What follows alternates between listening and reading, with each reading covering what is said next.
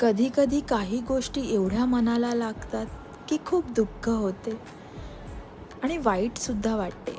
पण आपण काहीच बोलू शकत नाही. त्या गोष्टी आपण मनातच ठेवतो. का?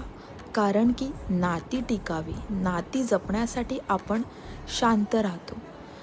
कधी-कधी मला असं वाटतं, की शांत राहणं हे सुद्धा चांगलं आहे. शांत राहूनसुद्धा आपल्याला बऱ्याच प्रश्नांची उत्तरं भेटतात.